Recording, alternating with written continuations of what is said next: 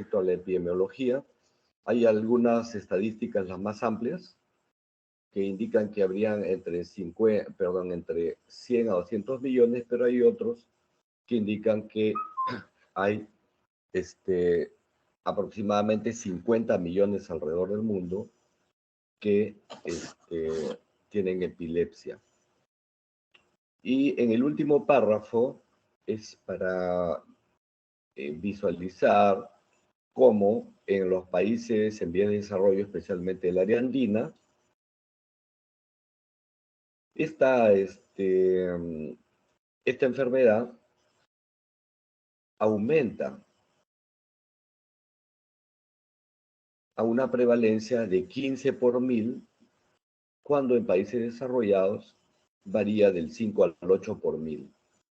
¿Y por qué aumenta en estas áreas andinas? Por la cisticercosis. ¿Ya? Eso es solamente para hacer ver cómo afecta esta enfermedad parasitaria que únicamente responde a un problema de salud pública, porque tuberculosis, cisticercosis han habido en los países desarrollados en esa proporción, pero en el siglo pues, 19, ¿no? Y una vez que se solucionaron los problemas de salud pública, desaparecieron, en fin. Bueno, esto es para explicar la fisiopatología de las crisis desde su inicio. De manera general, yo les quiero decir que las crisis epilépticas pueden deberse a problemas de causa genético o a problemas de causas estructurales.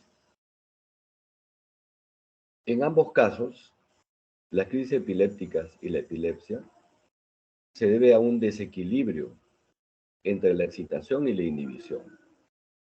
¿Ya? La excitación generalmente está dada por un neurotransmisor que se llama glutamato y la inhibición está dada por otro transmisor que se llama GABA. Cuando existe un desequilibrio entre la excitación y la inhibición, a predominio de excitación, entonces se producen las crisis epilépticas. ¿Por qué se produce este aumento de la excitación? Porque hay un incremento de corrientes iónicas, ¿no?, en los canales iónicos de las dendritas. Al haber este incremento de corrientes iónicas, se transmiten estas corrientes hacia las vesículas sinápticas que contienen el neurotransmisor excitador, que es el glutamato. Este se libera, se conecta con su receptor postsináptico, se abren nuevamente canales iónicos y así aumenta esa corriente iónica y la transmisión eléctrica se exacerba a través de redes y circuitos neuronales, produciendo crisis epilépticas. Eso lo vamos a ver gráficamente en un momento. Pero también podría haber otra causa, que es un aumento relativo de la excitación, porque cuando la inhibición disminuye. O sea, no hay una inhibición, entonces hay un aumento relativo de la excitación. Esto grafica lo que les he estado mencionando.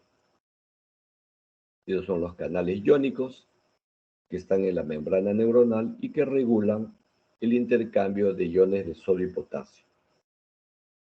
Cuando existe una alteración genética que altera la conformación de ese canal iónico, que regule el paso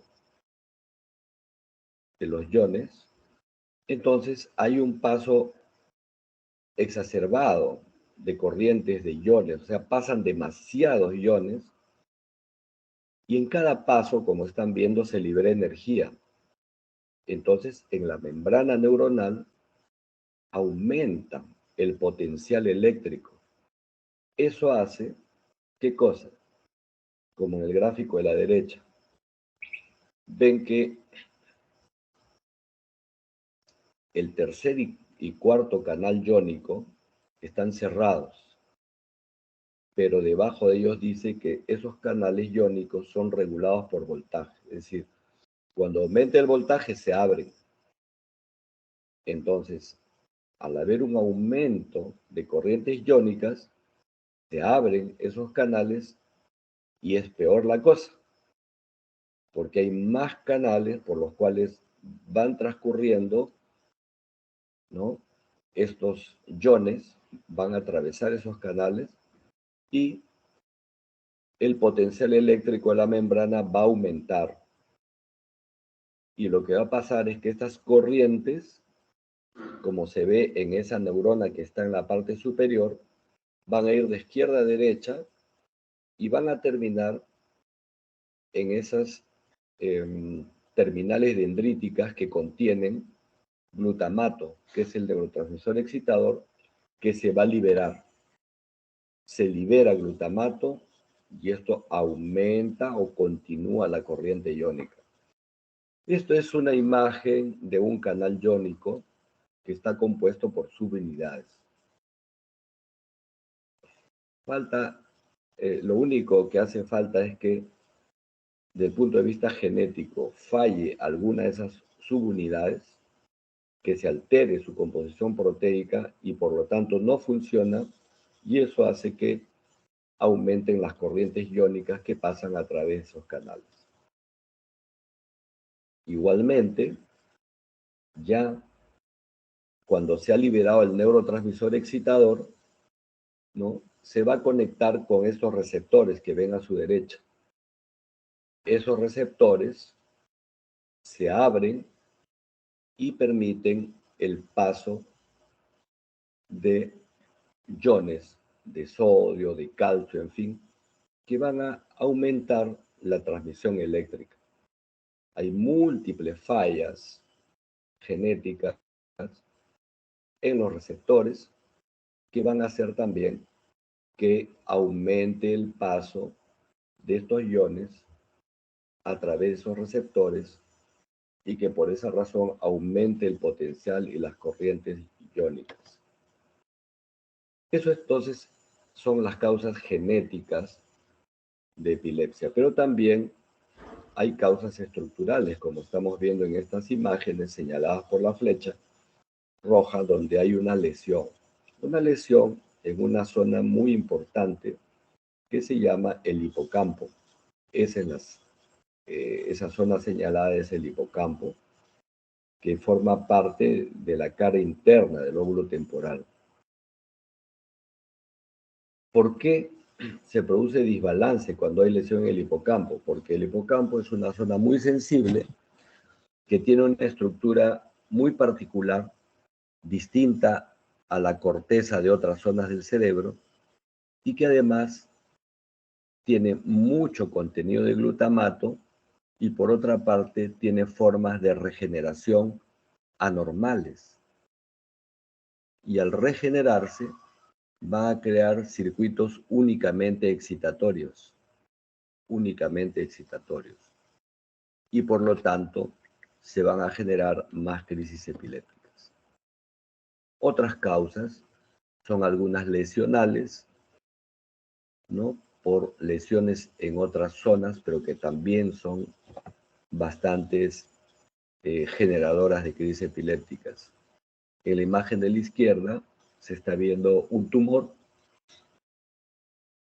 de neurona, de corteza cerebral, un tumor disembryoplásico a la izquierda. En la imagen A y en la B están señaladas alteraciones en la conformación de la corteza cerebral que se ve ahí, que brilla más y que es más gruesa. Esas se llaman displasias corticales, que también son generadoras de crisis.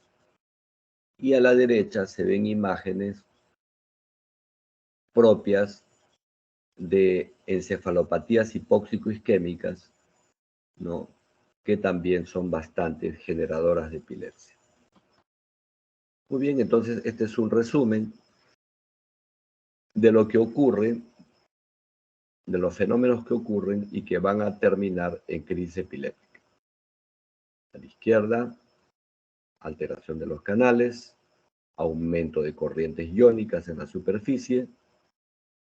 Esta corriente iónica con potenciales de acciones elevados corren, se propagan, ¿no? Hasta las terminaciones axónicas, ¿no? Que van a hacer sinapsis con la siguiente neurona. Estas terminales axónicas contienen a los neurotransmisores excitadores que se unen a sus receptores, permiten el paso de iones que nuevamente van a aumentar el potencial eléctrico y así este fenómeno se extiende a través de circuitos y redes neuronales a gran escala y cuando esta corriente aumentada de descargas eléctricas hipersincrónicas se difunden, se produce la crisis epiléptica. Muy bien, este es un ejemplo de una forma de mecanismo de crisis epiléptica genética en el caso de la epilepsia ausencias. En el diagrama de la izquierda ven en un diagrama de un círculo el tálamo que que está formado por neuronas tálamo-corticales, es decir, que viajan desde el tálamo hacia la corteza cerebral, o sea, mandan sus impulsos eléctricos hacia la corteza. Ven en la corteza que existen otras neuronas, que son las neuronas piramidales, que van a funcionar de manera sinérgica, ¿no? Para, en condiciones normales, producir los impulsos nerviosos necesarios, controlados para el funcionamiento cerebral. Pero cuando las neuronas del tálamo, o sea, los tálamo-corticales, existe una falla específica, ¿no? Una mutación que altera los canales de calcio, no va a haber una sinergia con las neuronas de la corteza cerebral y se van a producir descargas y crisis epilépticas de tipo ausencias, ¿no? Entonces, en esta diapositiva resume lo que les estoy diciendo y la falla que ocurre en los canales de calcio de estas neuronas tálamo-corticales y que van a producir descargas epilépticas y crisis de ausencias. ¿Cómo se tratan? Con medicamentos que son bloqueadores de los canales de calcio, como son el valproato de sodio y la etosuximida. Y con eso se controlan las crisis, ¿no? Al corregir la falla que hay en el canal de calcio con un medicamento que bloquea esos canales, entonces las descargas se controlan y se controlan las crisis también. Un mecanismo distinto es el mecanismo que se produce por lesión del hipocampo. El hipocampo no tiene las 6 capas de células que tiene la corteza cerebral en otras zonas. La corteza del hipocampo tiene únicamente 4 capas. La CA1, CA2, CA3 y la CA4 que no está ahí especificada a la izquierda. Estas son muy sensibles a la hipoxia, a la fiebre, a los traumatismos y a las mismas descargas epilépticas. ¿Qué pasa? Se destruyen rápidamente estas neuronas de estas capas, sea 1, sea 2, sea 3, sea 4, se destruyen rápidamente con estas eventualidades, como les he dicho, traumatismos severos, fiebre alta, hipoxia y muchas descargas epilépticas. La siguiente. Acá, por ejemplo, es un estudio histológico de las capas. Deben sea 1, no hay neuronas, sea 4, casi no hay, sea 3 tampoco. La única que sobrevive es la CA2. Entonces, la reparación que se produce a partir de esta capa CA2 con otras fibras que se ven acá, con las fibras MOSI o fibras musgosas, lo que van a producir es un fenómeno de reparación anormal en que se establecen únicamente circuitos excitadores. Y todo impulso que lleva a esa zona no es inhibido, sino que genera solo excitación y más descargas eléctricas. Y eso se observa en una resonancia magnética como una hiperseñal en el hipocampo, ya sea como está a la izquierda en un protocolo de T2, como en la derecha que está en un protocolo FLAIR. Si comparan ese hipocampo con el otro lado, ven que está atrófico.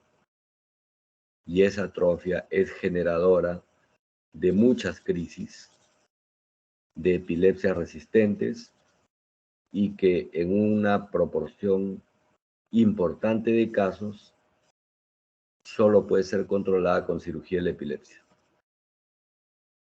Muy bien. Ya sabemos los mecanismos de epilepsia. Ahora, ¿cómo se hace el diagnóstico? El diagnóstico de epilepsia uno lo hace cuando ocurren al menos 2 o más crisis epilépticas no provocadas, sino espontáneas. Y estas deben producirse en un periodo mayor de 24 horas. Porque si hay crisis repetidas en un solo día, se consideran como una, siempre y cuando estas hayan sido provocadas. Es decir, una persona sufre un traumatismo encefalocraniano y convulsiona 4 veces en 24 horas, se considera como una. Pero si la persona convulsiona espontáneamente una vez y esta crisis se repite espontáneamente al día siguiente, después de 24 horas, ya es epilepsia. Pero si solamente tiene una crisis o 3 crisis en 24 horas provocadas por un traumatismo, por una encefalopatía metabólica, una intoxicación, etcétera, provocada, entonces se considera una crisis epiléptica única provocada, pero no epilepsia. Crisis epiléptica única provocada, ¿no? Muy bien. Las epilepsias también se pueden clasificar por su origen, por su etiología. Y esto lo resumimos en esta tabla que tiene 3 columnas que corresponden a las epilepsias de causa genética, a las de causa desconocida y aquellas otras que principalmente son estructurales, metabólicas, pero pueden ser también autoinmunes, etc. Entonces, vamos a describir cómo se comporta una epilepsia de causa genética. Respecto a las crisis, estas son esporádicas y generalmente en la forma de crisis son similares. Todas las crisis son iguales. Se presentan en un paciente neurológicamente normal. Generalmente hay un antecedente de epilepsia en la familia. El estudio de elección, que es el electroencefalograma, podría ser normal o puede tener descargas que son típicas características. Y en los estudios por imágenes, es decir, resonancia magnética, es normal. La respuesta al tratamiento siempre es buena, especialmente con monoterapia.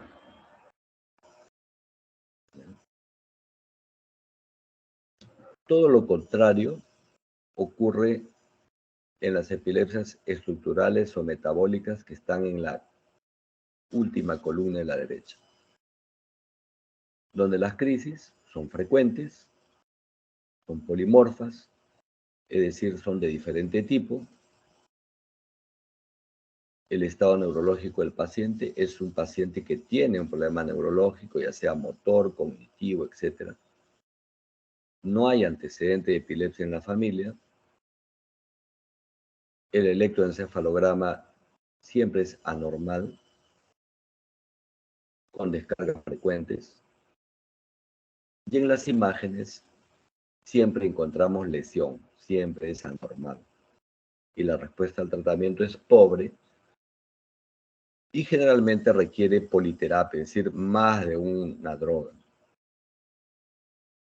Entonces, esas son las características distintivas entre la epilepsia genética y la epilepsia estructural o metabólica o autoinmune. En el centro de ellos dos hay una forma especial de epilepsia que se llama desconocida, en que se comporta igual como una estructural, pero cuando nosotros vemos la resonancia magnética y esperamos ver una lesión, la encontramos que es normal, que no hay lesión. Y en ese caso se llama una epilepsia de causa desconocida, en que se supone que pueden existir anormalidades estructurales, pero microscópicas, que no las podemos ver en una resonancia magnética de manera visual, ¿no? ¿Por qué? Porque las lesiones son ultraestructurales, pues. Así que esa es la clasificación de acuerdo a la etiología. Genética, estructural, metabólica, autoinmune y desconocida. Hay clasificaciones de cómo describir las crisis que han variado a partir del año 2017.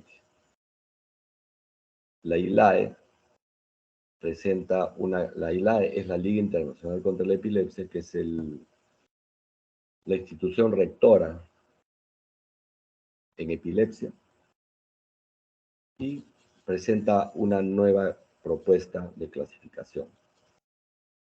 ¿Cómo debemos describir las crisis? Deben ser de inicio focal, de inicio generalizado y de inicio desconocido. Las crisis de inicio focal es cuando afectan una parte del cuerpo y son generalizadas cuando comprometen todo el cuerpo, y desconocido pues cuando no se sabe cómo comienza. Respecto a la etiología, como les dije, estructural, genética, infecciosa, metabólica, autoinmune y desconocida. Respecto a los tipos de epilepsia, Son epilepsias focales, cuando no hay pérdida de conciencia, epilepsias generalizadas, cuando hay pérdida de conciencia, cuando son generalizadas y focales, es decir, que empiezan focales y después pierden la conciencia, y de tipo desconocido. Y finalmente, se describen síndromes epilépticos. Y bueno, las epilepsias pueden tener comorbilidades, pero esta es la clasificación. Y estos son los tipos de crisis. En la columna de la izquierda, cuando son focales, con conciencia preservada, pueden tener manifestación motora como automatismos, que son movimientos repetitivos sin sentido, crisis atónicas, cuando se pierde el tono y se cae al piso, clónicas, cuando son contracturas rítmicas, espasmos epilépticos, cuando hay contracturas hacia adelante, bruscas, hiperkinéticas, cuando hay agitación psicomotora, lanzan las piernas, los brazos de manera desordenada, mioclónicas, que son contracturas breves, sin ritmo, tónicas, que son estiramientos sostenidos. Y esas son las crisis motoras. Las no motoras pueden ser autonómicas, solamente dilatación de pupilas, palidez, hipotensión, en fin. Con detención del comportamiento, la persona se queda como paralizada. Cognitivas, en que se pierde o se altera la función cognitiva, ¿no? Que puede ser, no puede hablar, ¿no? Eh, está confuso, emocional, llanto, miedo, cólera, sensorial, percepción de sabores, ruidos, sonidos, olores, en fin. Entonces, esas son todas las formas de crisis que se inician de manera focal, con o sin alteración de la conciencia. Y cuando son generalizadas, ¿no? Que ya motoras que ya las hemos mencionado, es decir, se pierde la conciencia con manifestación en ambas partes del cuerpo, o también se pierde la conciencia sin manifestaciones motoras, como en las ausencias como en las ausencias en que existe una desconexión del medio ambiente. Y después son las de inicio desconocido. Y estas son todas las formas de crisis epilépticas que hay. Una vez que se ha hecho el diagnóstico de epilepsia, se confirma con este examen de elección que es el electroencefalograma, que informa sobre la actividad eléctrica anormal, y ya la vamos a ver, localiza el foco de descargas por si necesite cirugía de la epilepsia, y también sirve para la clasificación de crisis y de síndromes epilépticos. ¿Y para qué sirve clasificar e identificar síndromes? Para establecer pronóstico y para saber cuál es el mejor tratamiento. En el electroencefalograma, las ondas anormales que se deben detectar son estas. A la izquierda, las ondas agudas. Arriba a la izquierda, ondas agudas. Abajo a la izquierda, cuando estas ondas tienen un vértice muy puntiagudo, que se llaman puntas. Cuando se repiten, arriba a la derecha, se llaman polipuntas. Y abajo a la derecha, cuando una punta se acompaña de una onda lenta, se llama complejo de punta-onda lenta. ¿Ya? Todas estas están relacionadas a epilepsia. Y eso es lo que se debe buscar como anormalidad que confirme el diagnóstico de epilepsia en un paciente que ha tenido una crisis. Por su evolución, hay algunas epilepsias que se pueden llamar benignas, entre comillas, y que las vamos a describir como son la epilepsia ausencias, la mioclónica juvenil, la rolándica o con puntas centrotemporales y la tónico-clónica generalizada. Y estas las resumimos en esta tabla. ¿Qué tienen en común estas epilepsias, entre comillas, benignas? Porque se supone que no producen ningún problema cognitivo y que la persona puede hacer una vida normal. ¿Qué tienen en común y que está en amarillo? En que tienen un desarrollo psicomotor y cognitivo conservado, que tienen una buena respuesta al tratamiento, especialmente con monoterapia, una sola droga, y que su etiología es genética en todos los casos. En lo que se diferencian es en la clínica y en el electroencefalograma. Por ejemplo, empecemos con las epilepsias ausencias. Comienzan entre los 3 y los 8 años.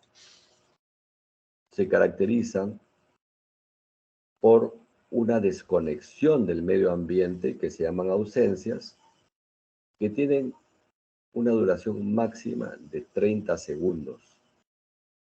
Pueden ser 10, 15, hasta 30 como máximo. Y se repiten múltiples veces al día. A esta edad, generalmente son los profesores los que se dan cuenta que el niño empieza a desconectarse múltiples veces durante la clase. Su electroencefalograma es típico y está conformado por descargas de puntas y ondas lentas a 3 ciclos por segundo. ¿Qué le puedo decir al familiar sobre el pronóstico? Que más o menos a la edad en la adolescencia, entre los 17 y 18 años, el 80% se va a autolimitar y el paciente se va a curar. Pero hay un 20% y algunos en la actualidad dicen que hasta un 40% va a transformarse en otra forma de ataque, de epilepsia que se llama la epilepsia tónico-clónica generalizada y esa sí va a durar para toda la vida. Muy bien. EMJ es epilepsia mioclónica juvenil. Esta epilepsia puede empezar entre los 6 años y la adolescencia. Se caracteriza por mioclonías, o sea, contracciones bruscas musculares. Estas contracciones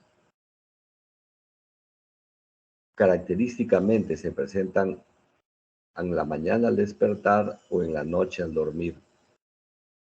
Y no sería raro que en las mañanas estos pacientes, debido a su mioclonía, suelten o boten cosas que tienen en la mano, que podría ser una taza, que están tomando café o leche, botan la cucharita, botan el cepillo, por esta mioclonía, por esta sacudida brusca.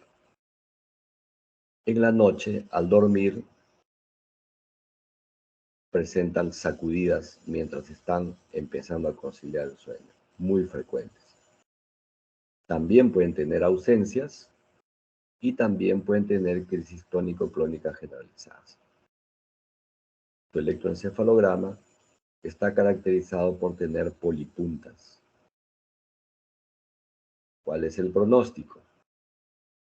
Si bien es cierto es benigna, no hay problema cognitivo, puede desarrollarse lo que sea esta persona, pero esta epilepsia dura para toda la vida. Toda la vida debe recibir su medicación. Es muy sensible a la estimulación fótica, es muy sensible a las pocas horas de sueño y al alcohol. Y por esta razón, como esta epilepsia se ve en adolescentes, a pesar de ser benigna, puede tener problemas en su control debido a que el adolescente, ya sea por estudio o por diversión, trasnocha. Por cuestiones sociales, bebe licor y también está expuesto, ya sea por diversión o por estudios, a estimulación fótica intermitente, ya sea en discotecas o sea con aparatos electrónicos, dispositivos electrónicos. Entonces, esas son las eventualidades que pueden producirse en esta forma de epilepsia. La epilepsia rolándica o centrotemporal aparece entre los 3 y los 8 años. Sus crisis son muy esporádicas. Pueden ocurrir hasta una vez al año. Generalmente son durante el sueño, son focales.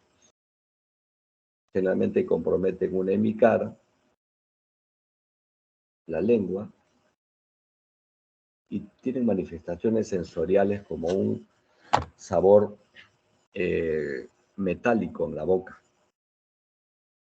El electroencefalograma muestra, como su nombre lo indica, puntas de localización centrotemporal, es decir, a nivel de la cisura de Roland. Se autolimita antes de la adolescencia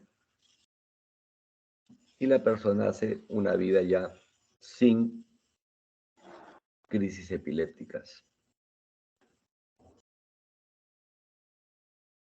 Finalmente, la epilepsia tónico-clónica tipo gran mal empieza entre los 6 años y la adolescencia.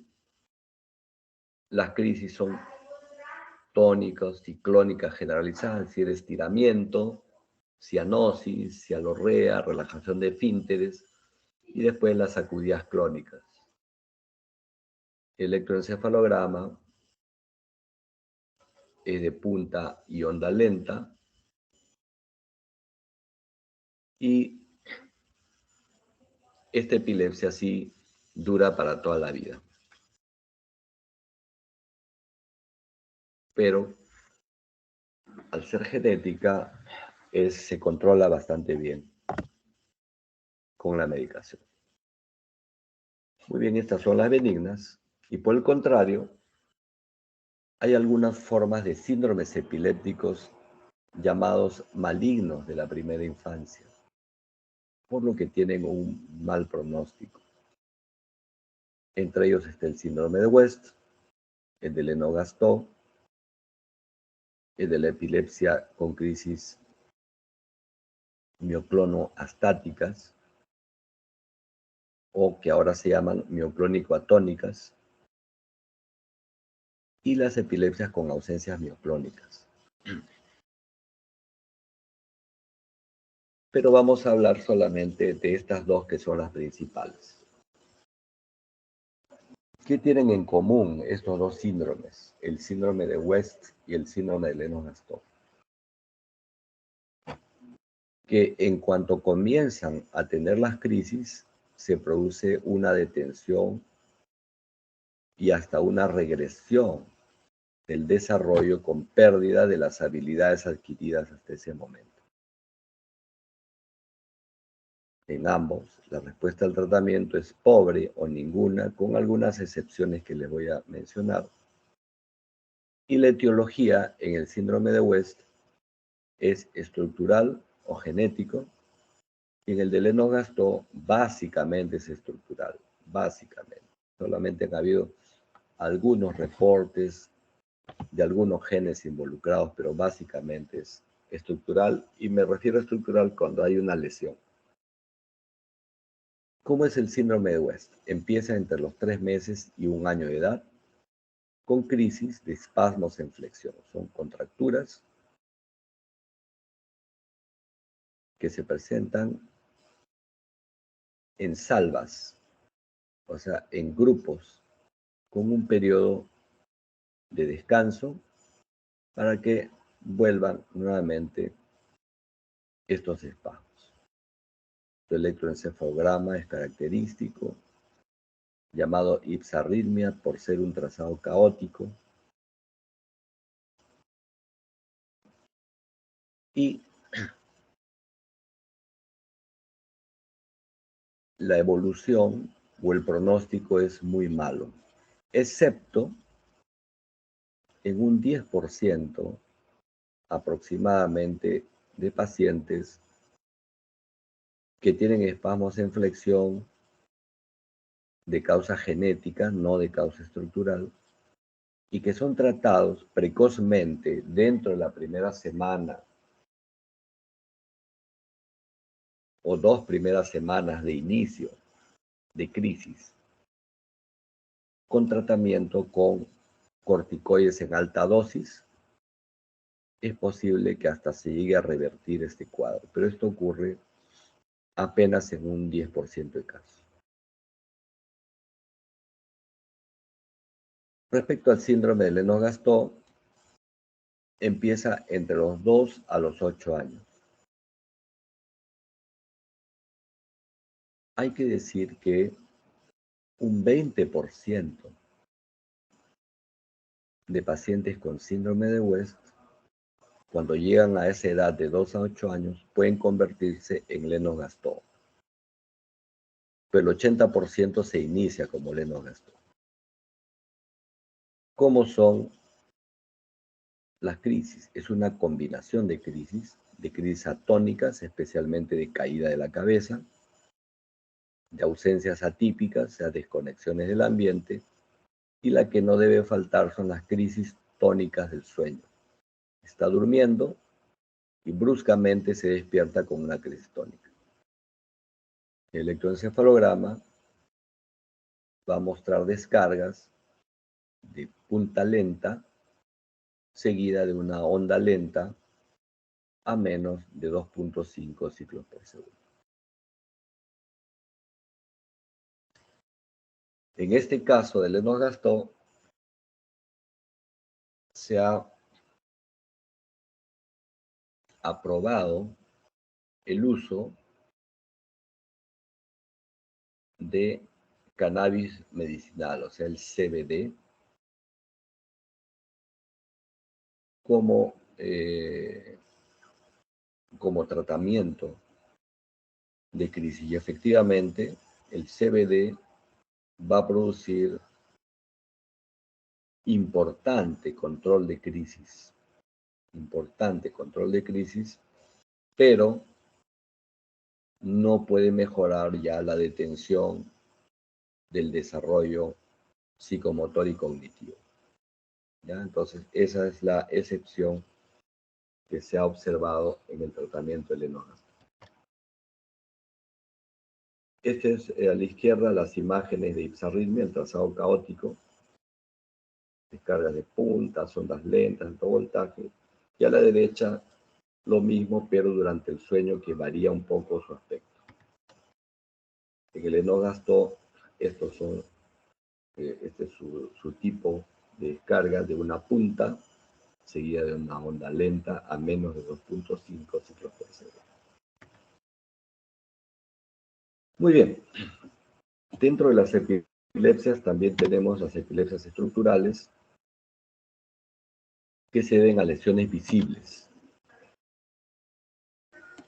Algunas de ellas son excepciones en que son genéticas y estructurales a la vez, por decir mutaciones,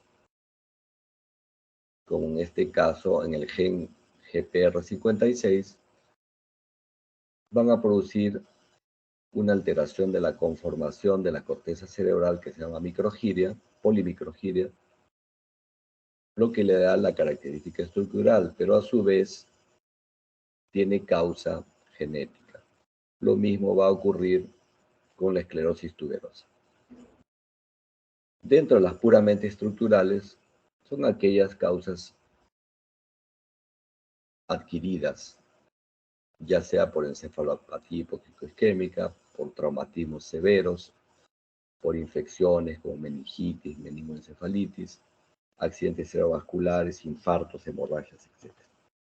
Esta es la imagen de un infarto isquémico típico de la cerebral media. Acá ven una asimetría a su lado derecho.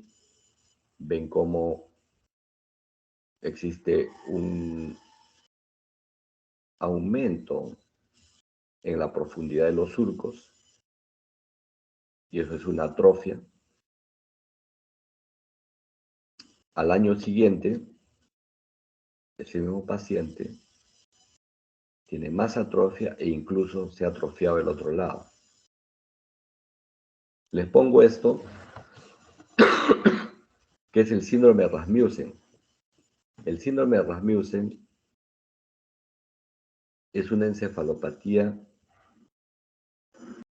autoinmune progresiva que evoluciona rápidamente y no responde al tratamiento. Y es una de las muy pocas indicaciones que hay para hemisferectomía. Es decir, el tratamiento es quirúrgico, sacar todo el hemisferio para no llegar a esta situación.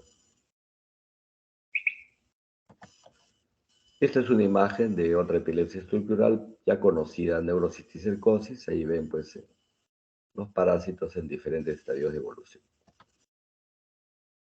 Estas son las anormalidades en el desarrollo de la corteza cerebral. Ahí entre flechas se ven las displasias corticales. La corteza cerebral no ha desarrollado bien, no se ha conformado bien y se ve así, diferente al resto de corteza que hay en otras áreas, y es generadora de epilepsia, importante generadora de epilepsia. Esta es la polimicrogiria, que está ahí señalada entre los puntos, la línea punteada, y que como ven, la corteza cerebral se ve que tiene unos surcos muy pequeñitos en comparación a los surcos que se ven en otras áreas del cerebro. Esto se llama polimicrogiria y está muy, y es muy epileptogénica. Esta es otra de las cosas que les mencioné, que es una epilepsia estructural, porque ahí ven las lesiones señaladas con una flecha, pero a la vez es genética porque es causada por una mutación en el gen TSC1, TSC2. Muy epileptógena, la esclerosis tuberosa. Se ven estas lesiones en cerebro, pero además en piel se ve manchas blancas, manchas hipocrómicas. Bueno, tratamiento. Cuando se trata de epilepsias genéticas, es monoterapia, de hecho. Si no mejora porque no escogimos bien el medicamento, usamos otro esquema. Si es en una epilepsia genética o en otra monoterapia. Y si queremos asegurarnos, hacemos una biterapia. Especialmente la biterapia o terapia combinada se usa en epilepsias estructurales, o sea, por lesiones cerebrales.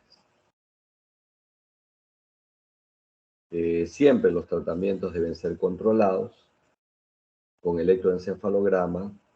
Si es que hay indicadores de intoxicación por el medicamento o falta de efecto, se pueden hacer dosajes. Siempre se debe hacer estudios de sangre, de hígado o de riñón por los efectos que tienen estos medicamentos, que podrían tener estos medicamentos a largo plazo. Estos son todos los medicamentos aprobados hasta el 2016, no han salido otros. La mayoría de ellos los tenemos en el Perú. Pero miren, este es su mecanismo de acción. Este es su mecanismo de acción. Ahí en el rectángulo rojo, ven que hay un canal de sodio. Y miren al lado, en el cuadrado celeste, todos los medicamentos que actúan bloqueando ese canal. Debajo, en el cuadrado rojo, SB2A es una proteína sobre la cual actúa ese medicamento levetiracetam, que es el que impide la liberación de glutamato. Y abajo hay medicamentos que actúan sobre los receptores inhibidores de GABA, por ejemplo, como son abajo a la izquierda, benzoazepinas y fenorbital o barbitúrico. Un segundito que me están tocando, ya un momentito.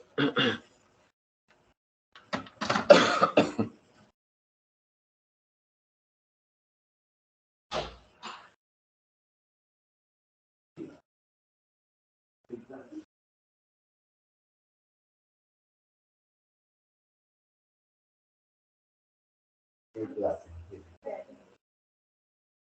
Sí, sí, porque ya todavía no termino. Ah, ya, esto. Ya. Pero déjame una, esta, ¿no? De lo que yo apunté, ¿no? Esto. Hola, sí.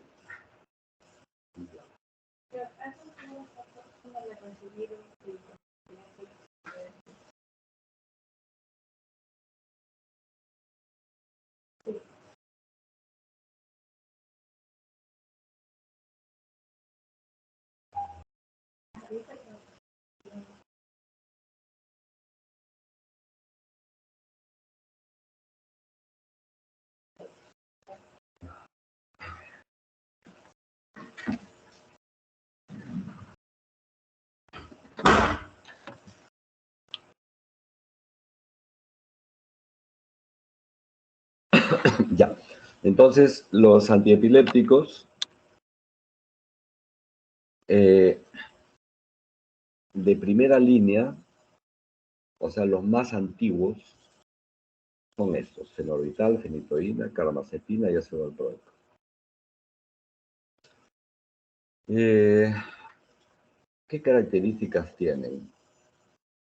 Al menos los tres primeros son de muy bajo costo y de amplia distribución. Fenorbital y fenitoína sirven tanto para epilepsia generalizada o focalizada. Fenorbital especialmente se usa en epilepsia neonatal, que es uno de los medicamentos de elección. Fenitoína se usa bastante como segunda línea en estado epiléptico, en emergencias, si es que no ha hecho efecto el diazepam.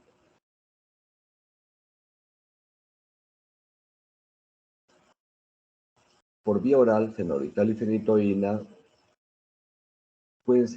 son útiles, tanto en epilepsias focales como generalizadas. No se usa en niños porque producen problemas cognitivos y conductuales.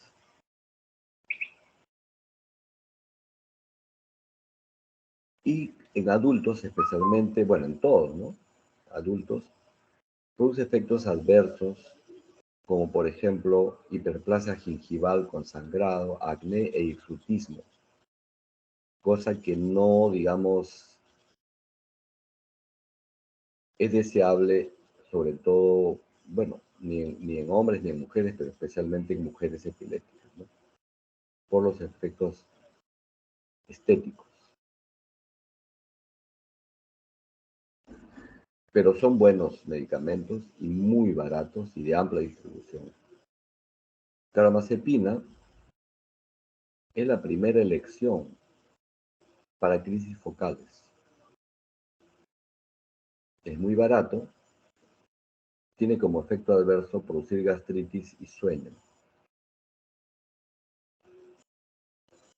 Ácido valproico es primera elección para epilepsias generalizadas. Primera elección en nuestro país para epilepsia ausencia y primera elección para epilepsia mioclónica. ¿Qué es lo que tienen en contra estos 4 medicamentos? Son teratogénicos, por lo tanto, mujer epiléptica que piense embarazarse tiene que cambiar de medicamento, porque son muy teratogénicos. Ácido valproico está contraindicado en ovario poliquístico, muy frecuente en mujeres adolescentes.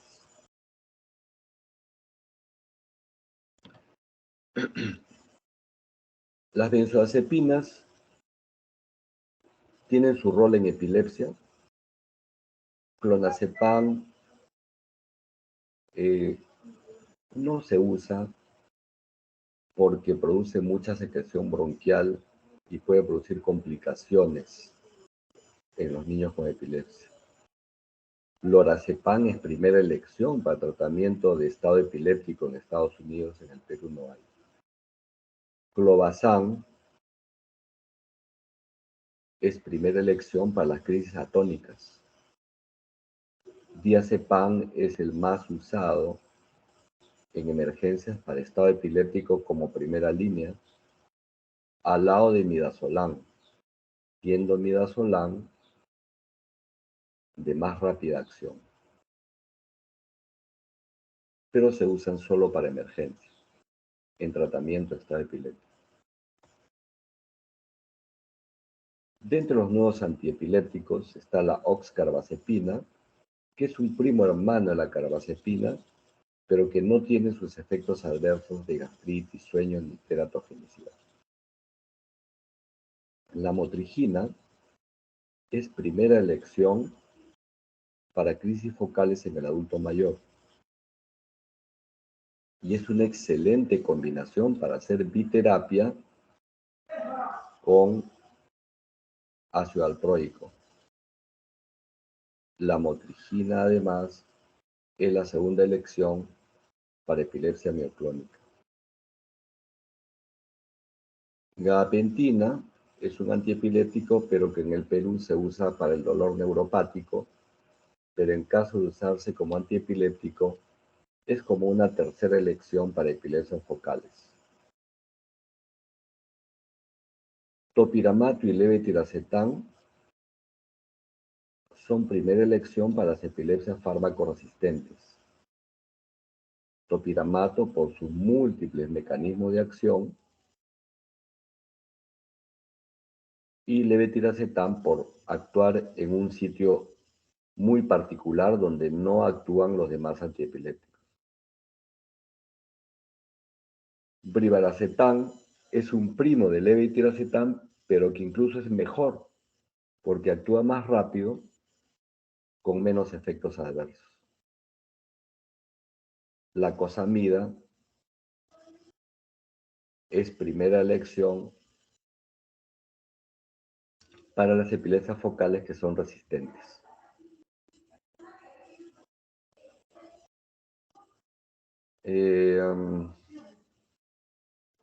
Todos estos medicamentos son muy buenos, no son teratogénicos, lo que tienen en contra es que son muy caros.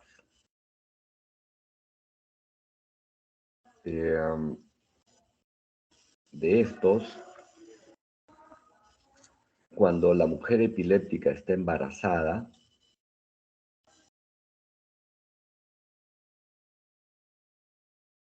entonces hay que cambiar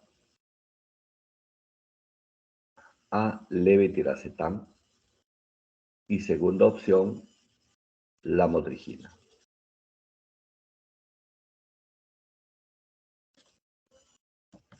Muy bien, estos son cuadros que les dejo, donde están todos los medicamentos con su lugar de acción.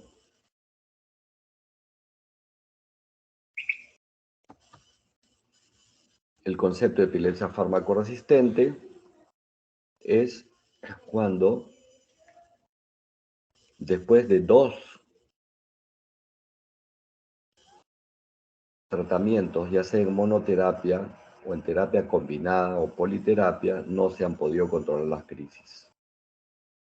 Entonces, ya se dice que el paciente tiene una epilepsia farmacoresistente. ¿Cuáles son los factores que se relacionan a farmacoresistencia? Que el paciente tenga retraso mental, déficit neurológico, que tenga una lesión cerebral, que tenga crisis de historia de crisis neonatales, que ha sufrido un TEC grave, historia familiar de epilepsia resistente o electros anormales. En estos casos, se plantean ya tratamientos no convencionales como la dieta cetogénica, que consiste en dar una dieta que lleve a la persona a producir ya cuerpos cetónicos, ¿no? Estos cuerpos cetónicos podrían tener, porque no se sabe a ciencia cierta cómo es que mejoran la epilepsia, efectos sobre el glutamato, es decir, sobre el neurotransmisor excitador, podría producir estabilización en la membrana neuronal, podrían inhibir los canales iónicos, en fin, podrían podrían producir cambios en la membrana, pero lo cierto es que sí son efectivos. ¿Cuál es el problema? El problema es que las dietas cetogénicas artesanales se preparan prescindiendo de carbohidratos, o sea, de pan, de pasta, de azúcar, de leche, de maíz, de arroz, en fin, y solamente debe ser elaborada con tocino, salmón, mariscos, huevo, chuletas, mantequilla, aceite, queso, maní, palta, en fin, difícil de establecer o armar una dieta. Se necesita de todas maneras un nutricionista y un laboratorio en que se pueda controlar el nivel de cuerpos cetónicos en el organismo. Pero, de hecho, que es efectiva. Hay, digamos, ahora productos industrializados, pero que son caros. Pero que son efectivas, son efectivas. Mejoran no menos del 50% a los pacientes que son resistentes. Y bueno, en caso que ya no se pueda, se evalúa al paciente para cirugía de la epilepsia. Para esto se le prepara con registros videoelectroencefalográficos prolongados para buscar el foco epileptógeno, resonancia magnética para ver dónde está la lesión, si es que hay que operar, y estudios funcionales por imágenes, como el SPECT, ¿no? Que valora el flujo sanguíneo, y el PET, el metabolismo de la glucosa. A la derecha, un estudio funcional donde se ve un hipometabolismo a nivel temporal, ¿no? Donde se ve a su mano derecha a nivel temporal como el metabolismo brilla y capta entre anaranjado y rojo. En el temporal izquierdo hay un hipometabolismo, y eso quiere decir que ahí está el foco epileptógeno. Y eso es lo que se tendría que operar, y para eso sirven estos exámenes. Esta es una serie de pacientes operados, donde escogen 38 pacientes, y quienes quedaron libres de crisis. 0, o sea, ninguno de 23 de los que solo reciben tratamiento medicamentoso, y 11 de los 15 operados en un seguimiento a 2 años. Libre de crisis, que es una serie muy buena, excelente, pero todas las series no son iguales, no necesariamente tienen que tener tanto éxito, algunos quedan igual, otros mejoran muy poco. Los dispositivos, cuando no se puede operar al paciente, es el estimulador vagal, que consiste en una batería que está programada para emitir impulsos eléctricos. Esta batería se coloca de manera subcutánea en el pecho. Esta batería tiene un cable que se va a fijar al nervio vago izquierdo y que se supone que por ahí se van a transmitir los impulsos eléctricos al cerebro que van a bloquear las descargas que provienen del cerebro. Y lo otro ya son los dispositivos que se colocan ya no en el pecho, sino directo en la superficie del cerebro para la neuroestimulación. Igualmente, estos dispositivos están ahí programados para emitir los estímulos eléctricos que van a bloquear las descargas que provienen de los focos epileptógenos, pero además recogen información a través de unos sensores y que es como un electroencefalograma que se va a enviar por vía remota hacia el médico tratante. Así que eso es lo último que hay en dispositivos. Este último no hay en el Perú. El estimulador vagal sí hay en el Perú. Dieta cetogénica sí hay en el Perú. Entonces, pero esto todavía no hay. Es muy costoso, hay en pocos lugares. Es una tecnología que se está desarrollando. Muy bien, entonces esto es lo último y creo que es lo que hemos tratado de dar todo una visión amplia de lo que es la epilepsia desde sus mecanismos de generación, su clasificación, los tipos y las diversas formas de tratamiento. Muy bien, entonces nos quedamos ahí para que